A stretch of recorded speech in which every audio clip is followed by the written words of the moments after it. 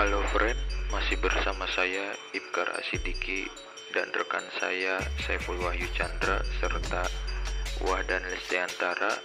Kami akan mempresentasikan mata kuliah Manajemen Perbankan Syariah yang berjudul Istisna dan Salam sebagai Jasa Keuangan Islam. Have a nice watching. Langsung saja kita masuk ke pengertian salam. Salam sinonim dengan salaf. Dikatakan as-salam at-sauba lil qiyad. Artinya, ia memberikan atau menyerahkan pakaian untuk dijahit.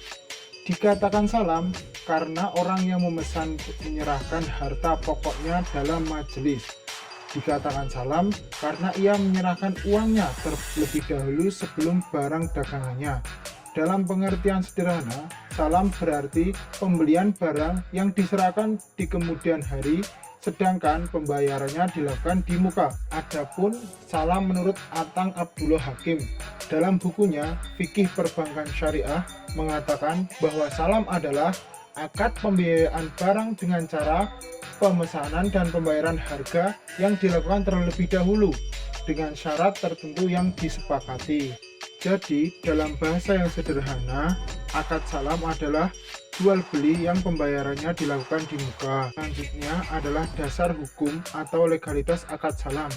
Terdapat pada Al-Quran Surah Al-Baqarah ayat 282 yang berbunyi, Ya ayyuhalladzina amanu idza tadayantum bidainin ila ajalim musamman faktubuh falyaktub bainakum katibum bil adl. Yang artinya adalah, hai orang-orang yang beriman, apabila kamu bermuamalah tidak secara tunai untuk waktu yang ditentukan, hendaklah kamu menuliskannya, dan hendaklah seorang penulis di antara kamu menuliskannya dengan benar. Quran Surah Al-Baqarah ayat 282. Selanjutnya adalah Fatwa DSN MUI nomor 5/DSN MUI /4/2000 tentang jual beli salam adalah sebagai berikut. Pertama, ketentuan tentang pembayaran. 1. Alat bayar harus diketahui jumlah dan bentuknya, baik berupa uang, barang, atau manfaat. 2. Pembayaran harus dilakukan pada saat kontrak disepakati. 3. Pembayaran tidak boleh dalam bentuk pembebasan hutang. Kedua, ketentuan tentang barang. 1. Harus jelas ciri-cirinya dan dapat diakui sebagai hutang. 2. Harus dapat dijelaskan spesifikasinya. 3. Penyerahannya dilakukan kemudian. Selanjutnya adalah rukun salam. Dalam pelaksanaan akad salam harus memenuhi rukun salam seperti berikut. 1. Muslam, yaitu pembeli. 2. Muslim ilaih, yaitu penjual. 3. Modal atau uang. 4. Muslam fihi, barang. 5. Signat, ucapan. Berikutnya adalah syarat salam. Dalam pelaksanaan akad salam harus memenuhi syarat salam seperti berikut ini. 1. Pembeli harus cakap hukum dan tidak ingkar janji atas transaksi yang telah disepakati. 2. Penjual merupakan pihak yang menyediakan barang. Penjual disyaratkan harus cakap hukum dan tidak boleh ingkar janji. 3. Hasil produksi merupakan objek barang yang akan diserahkan pada saat akhir kontrak oleh penjual sesuai dengan spesifikasi yang telah ditetapkan dalam akad. Hasil produksi tidak termasuk dalam kategori barang yang dilarang. 4. Harga yang disepakati pada saat awal akad antara pembeli dan penjual, dan pembayarannya dilakukan pada saat awal kontrak. Harga barang harus ditulis jelas dalam kontrak, serta tidak boleh berubah selama akad. 5. Ijab kabul.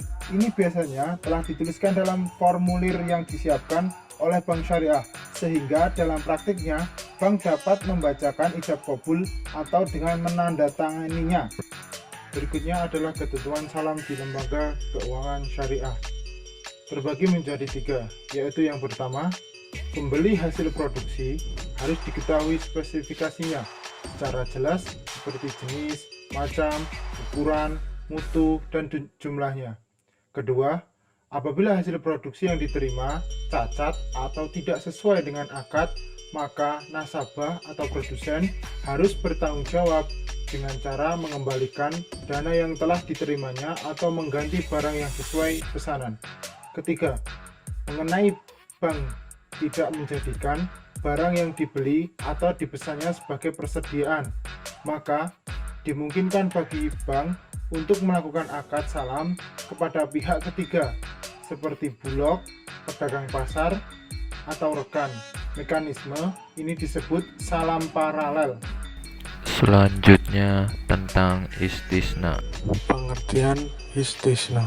Istisna secara etimologis merupakan masdar dari istasna asyai, artinya meminta atau membuat sesuatu, yakni meminta kepada pembuat untuk mengerjakan sesuatu berdasarkan pesanan. Adapun istisna secara terminologis adalah transaksi terhadap barang dagangan dalam tanggungan yang disyaratkan untuk mengerjakannya. Objek transaksinya adalah barang yang harus dikerjakan dan pekerjaan pembuatan barang itu. Dasar hukum akad istisna berdasarkan Fatwa DSN MUI dan Kompilasi Hukum Ekonomi Islam. Fatwa 06-DSN-MUI-4-2000 tentang jual beli istisna. Pertama, ketentuan tentang pembayaran. 1. Alat bayar harus diketahui jumlah dan bentuknya, baik berupa uang, barang, atau manfaatnya. 2. Pembayaran dilakukan sesuai dengan kesepakatan. Yang ketiga, pembayaran tidak boleh dalam bentuk pembebasan hutang. Rukun dan syarat istisna. Rukun istisna. Dalam pelaksanaan akad, istisna harus memenuhi rukun istisna seperti berikut ini. 1. Pelaku akad, yaitu mustasni, pembeli, adalah pihak yang membutuhkan dan memesan barang, dan syani, penjual, adalah pihak yang memproduksi barang pesanan. Kedua, objek akad, yaitu barang atau jasa masnu dengan spesifikasinya dan harga saman. Yang ketiga, sigot, yaitu ijab dan qabul. Selanjutnya, syarat istisna. Dalam melakukan syarat istisna harus memenuhi syarat istisna seperti berikut ini. Yang pertama, istisna mengikat setelah masing-masing pihak sepakat atas barang yang dipesan. Yang kedua, istisna dapat dilakukan kepada barang yang bisa dipesan. 3. Dalam istisna, identifikasi dan deskripsi barang yang dijual harus sesuai permintaan pemesan. Ketentuan-ketentuan istisna di LKS. Berikut ini ketentuan-ketentuan umum istisna di LKS adalah sebagai berikut ini. 1. Barang pesanan harus jelas, macam ukuran, mutu, dan jumlahnya. 2. Harga jual yang telah disepakati dicantumkan dalam akad istisna dan tidak boleh berubah selama berlakunya akad. Yang ketiga, jika terjadi perubahan dari kriteria pesanan dan terjadi perubahan harga setelah akad ditandatangani, seluruh biaya tambahan tetap ditanggung nasabah.